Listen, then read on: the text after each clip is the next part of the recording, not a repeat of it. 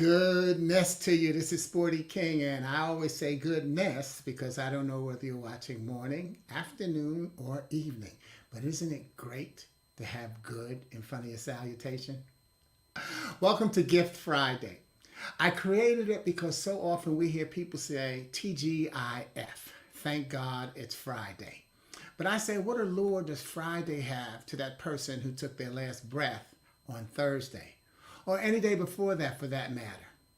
So I use what I've learned through Psalm 92 and 2. And that is, it is good to proclaim your unfailing love in the morning, your faithfulness in the evening. Therefore, instead of TGIF, what I use is TGIT. Thank God it's today. And then TGIT, thank God it's tonight. Therefore, I add the lesson that I've learned from Matthew 6 and 34. And that is, so don't worry about tomorrow, for tomorrow will bring its own worries. Thank God it's tonight. Today's trouble is enough for today. Thank God it's today. And I offer instead another way to use TGIF. And that is, trusting God is free. Trusting God is free. Think about it. What does it cost to be blessed with the greatest gift of the day? Waking up. Doesn't cost you a dime. Yet that still moves us into realizing that when we take the TGIF, if we take the T at the beginning and move it to the end, we get GIFT. And then we find out what we really need to be giving God thanks for, and that is for today. GIFT. God is for today. And that's why I named it that. Gift Friday. Gift Friday. With this broadcast, I'm going to share one of my original poetic messages and tell you how to use it to help start a conversation between you and someone else that could make a positive difference in their life, and it could make a positive difference in yours. Each poem will then be my gift to you. If you'd like a keepsake, colorful copy, a PDF copy, if you're on Facebook or LinkedIn, you can send me an email to sporty@sportyking.com and I'll send you one. If you're on Facebook, if you're on YouTube or my website, you can just put that in a thread and I'll send you. The reason I say on Facebook and LinkedIn to send me an email is because that way I will be responding to your message, and that way it gets through your security system who may think that I'm spamming you by sending you a PDF copy. So email me at sporty@sportyking.com if you like a copy. Meanwhile, today's gift is from my book, I Found Out I'm Dying. A celebration of life. A book about the fact that physically we're all dying from the day we're born. Get over it. One day you won't be here. And so we have to celebrate right here. The book is not about dying at all. See, sometimes we get caught up in the headlines and miss the subtitle. The book is about the subtitle, a celebration of life. What am I doing since I know that physically one day I will not be here? And so that's why it's important to celebrate what you're doing with your life. And that's what this book does. And I think that this poem that I chose it's important for us to consider that our toughest choices are not between good and evil, but our toughest choices are between good and good. You see, it's pretty easy to choose to avoid something that will cause you pain.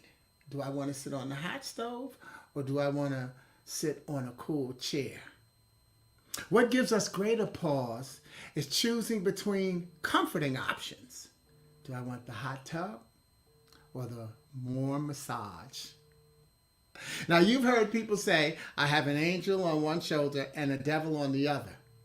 My belief is that I have an angel on each shoulder. I have an angel on each shoulder. And therefore, I just don't always know which one to follow. So today's poem gives you a message from two different angels, my left and my right shoulder angels. And the choice that I hope you'll make is that you choose to be the next angel. This poem is called controlling angels. As one angel begged me to follow the right path, the other urged me down the left. Either presented me with a lining of gold. Each had a method to its blessing. Both knew when they had my attention. As important as it is to control your angel, it is equally crucial that you walk the path on the correct side, no matter what side that be. Controlling angels. And so I decided that since it's hard to make that choice, because controlling is also choosing angels, so what I'm going to do is give you 6 things that you can do to choose choices that we have had to make or have made since 2020 when the pandemic started. So the first choice is that we have to choose to stay positive. We had to, and we have to choose to stay positive. How? By making the choice to find ways to live in harmony rather than focus on and ferment the inconvenience that this pandemic seems to be.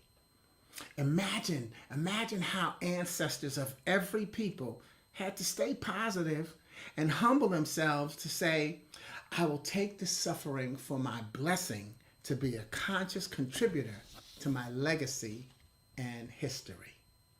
Choose to stay positive. Next, choose to take care of yourself so that you won't harm those around you. It can be a little uncomfortable because it's one of the times where you've had to say no to a request, recognizing that it may be safer to just stay where you are rather than go out for any reason. Shopping, exercise, to a sporting event, a concert, even to just go dining as that starts to open up. Yet, when you take better care of yourself, you take better care of those around you. Choose to take care of yourself. Choose to control your vocabulary. See, feelings have gotten more tender since the pandemic started. So it's more important than ever to control your vocabulary.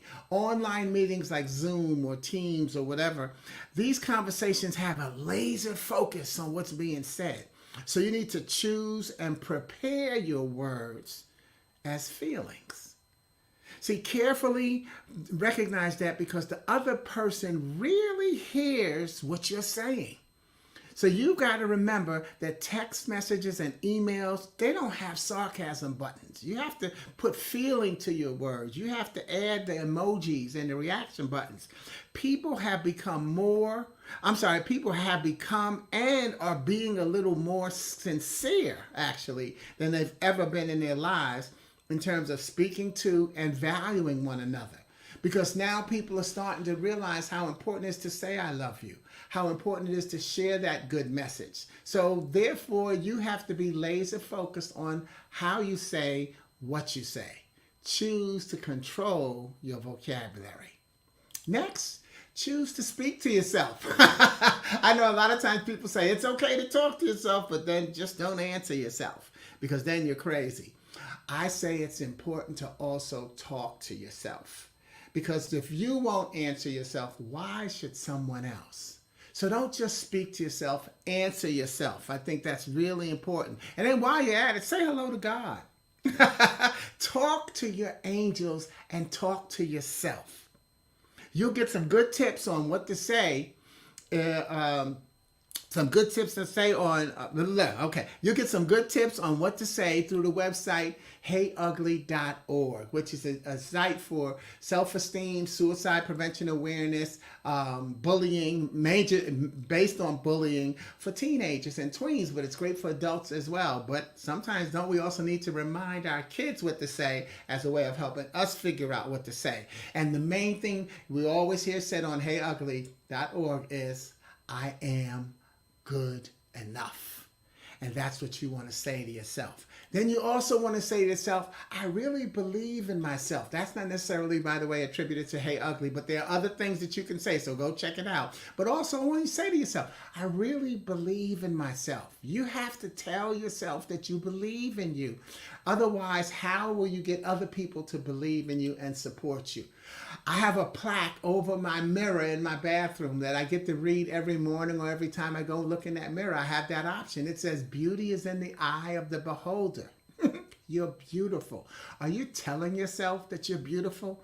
You see, a lot of times we tell ourselves, oh, I look so stupid. I can't believe it. Oh, I'm looking ugly. Self-deprecating humor. I did a post on that meme on that a few days ago. Beware that self-deprecating humor doesn't take over your positive attitude. So talk to yourself and tell yourself that you are beautiful. And because once you do that, you realize that you have to talk about how much you like yourself. And so talk about how I like my look. I like how I feel. I like how I handled that situation. See, you have to encourage yourself. Don't we sometimes, stupid me. I can't believe I did that. Oh, I don't we're always our own worst enemy, but also don't forget to be your biggest fan. And tell yourself, I like me. And the reason I have like there instead of love, because most people tend to love themselves. We never say I don't love me, but we say I don't like me. I don't like how I look in that outfit. I don't like how I acted. I don't like what just happened. See, so we have to now talk to ourselves and say, I like me. And that, I think, like is the cherry on the cake. Because once you like yourself, it's a lot easier to love yourself. And then choose to be brave. Choose to be brave. 2 Kings 6 says, don't be afraid, the prophet answered. Those who are with us are more than those who are against us, or more than those who are with them. And then Elijah prayed, oh Lord, open his eyes so that he can see. And then the Lord opened his servant's eyes, and he looked and saw the hill full of horses and chariots of fire all around Elijah.